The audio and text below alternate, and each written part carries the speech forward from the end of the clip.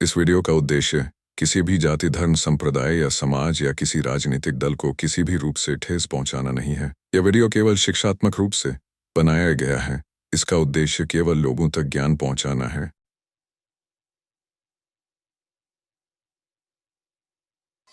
सत्य की जिज्ञासा चैनल में हमारे सभी दर्शकों का हार्दिक स्वागत है। दोस्तों, चुनाव प्रक्रिया के बारे में आपको बताऊं तो ऊहापोह होता है जब ईवीएम द्वारा इलेक्शन कराया जाता है। ईवीएम का मतलब इलेक्ट्रॉनिक वोटिंग मशीन। इसके पहले बैलेट पेपर से वोटिंग कराया जाता था। उस पेपर में इतना बड़ा पेपर रहता था और उसमें सभी चुनाव चिन्ह यानी कि चुनाव निशान रहते थे।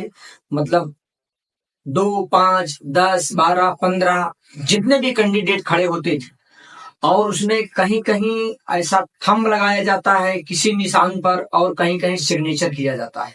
कोई पढ़ा लिखा आदमी है वो सिग्नेचर करेगा, कोई अनपढ़ आदमी है तो वो क्या करेगा, वो जा करके वहां पे अंगूठा लगाएगा और उसका अंगूठा लगाया जाता है। अंगूठा मतलब स्याही से, क्योंकि बैलेट पेपर है तो उस पे लगाते हैं और अंगूठे का निशान जब लगाते हैं तो स्याही गीली रहती है और 100% गीली ही रहती है, सूखी स्याही रहती ही नहीं है।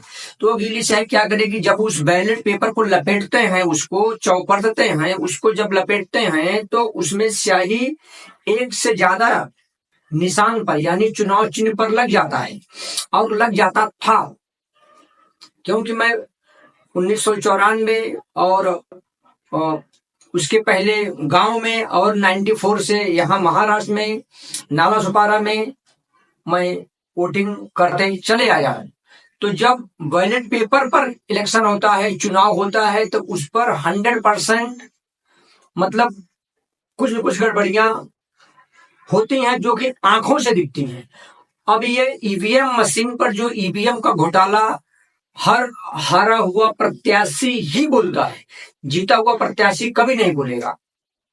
इसमें चाहे कोई राजा महाराजा हो, चाहे कोई पार्टी वाला हो, यदि वो किसी माननीय हाई कोर्ट में या माननीय सर्वोच्च न्यायालय में जाता है, उसके पास कोई पुरावा नहीं रहता, वो सिर्फ हवा में पत्थर मारता है, ऐसा रहता है। तो उस पे कार्रवाई इसके लिए नहीं होती है। अगर कार्रवाई करना है तो कोर्ट में सबूत चाहिए। सबूतों के आधार पर, सबूतों के अभाव में केस डिसमिस हो जाता है, कैंसिल हो जाता है या कि स्लो गति से चलते रहता है। तो जो भी महोदय सुप्रीम कोर्ट में, माननीय सर्वोच्च न्यायालय में याचिका दाखिल करते हैं, उनके पास पुरावा नहीं रहता और बाद में फिर धीरे धीरे केस चलती रहती है। लेकिन पुरावा न होने की वजह से केस स्लो गति चलती है। फिर वही जो हारे हुए प्रत्याशी हैं, उनके प्रत्याशी कहीं दूसरे स्टेट से जब वो जीत जाते हैं तो वो बोलना बंद कर देते हैं, तो वो केस ऑटोमेटिक डिसमिस हो जाती है। फिर कोई हार जाते हैं तो फिर ये माननीय सर्वोच्च न्यायालय के पास जाते हैं कि ईवीएम मशीन से चुनाव नहीं होना चाहिए। जब ये जीत जाते हैं तब नहीं जाते हैं, जब ये हार जाते हैं तो जाते हैं। तो कंटाल के सुप्रीम कोर्ट ने भी कहा कि आप हारने के बाद ही हमारे पास क्यों आते हैं, आप जीतने के बाद क्यों नहीं आते कि ईवीएम मशीन में घोटाला हुआ है।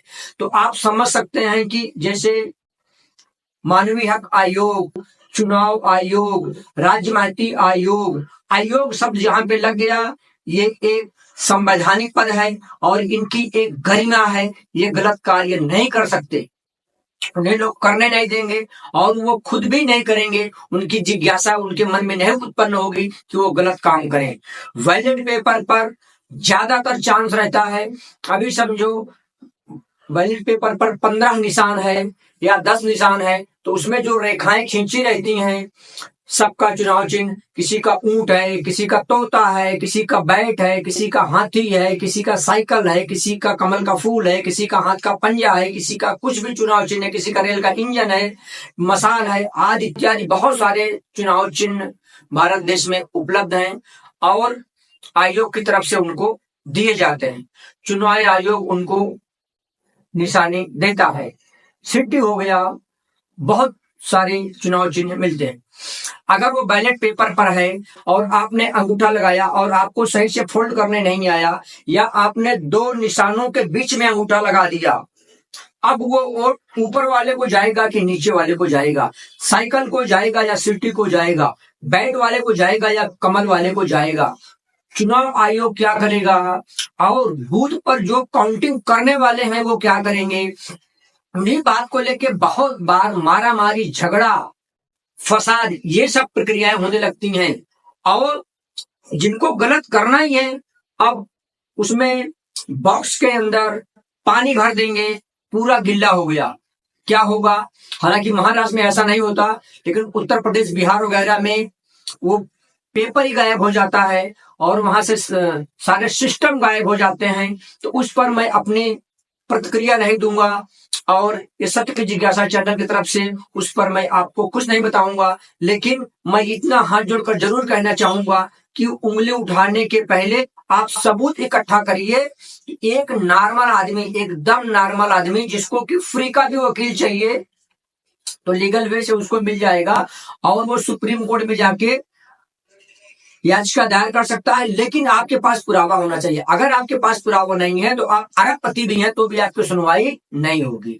और ये जो वैलिड पेपर की चर्चा सब लोग करते हैं, ये तो वही हो गया कि जैसे पहले मोबाइल सादा आता था और अभी 4G 5G का जमाना है और वही कोई लेके घूमे तो लोग उसको देखेंगे शंका की दृष्टि से कि क्या हो गया, इसको दिवालिया हो गया क्या, इसको चलाने नहीं आता। उसी तरह से ये वैलिड पेपर की चर्चा करना ही व्यर्थ है। लेकिन फिर भी अगर आप करते हैं तो उसके बहुत ही ज्यादा नुकसान है। स्याही बहुत लगती है, कागज बहुत लगता है, इनवैलिड वोट बहुत पड़ता है, उसमें झगड़ा लड़ाई बहुत कुछ होता है।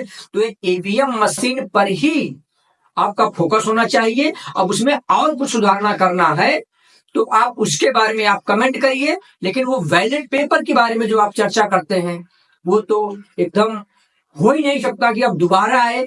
और दोबारा अगर कोई सरकार लाती है इसका मतलब वो भ्रष्टाचार को पाना चाहती। जय हिंद, जय भारत, जय महाराष्ट्र। नमस्कार दोस्तों।